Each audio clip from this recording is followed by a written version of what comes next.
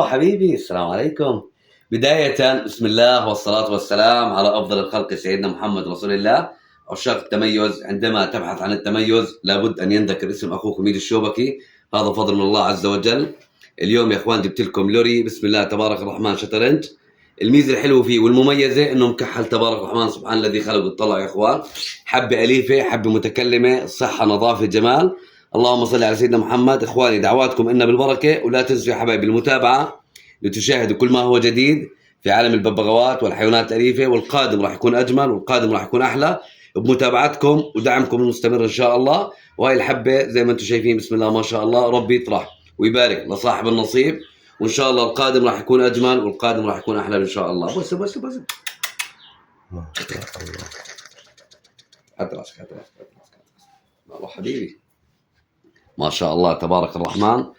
اخواني دعواتكم إن بالبركه ويسعد قلبكم جميعا.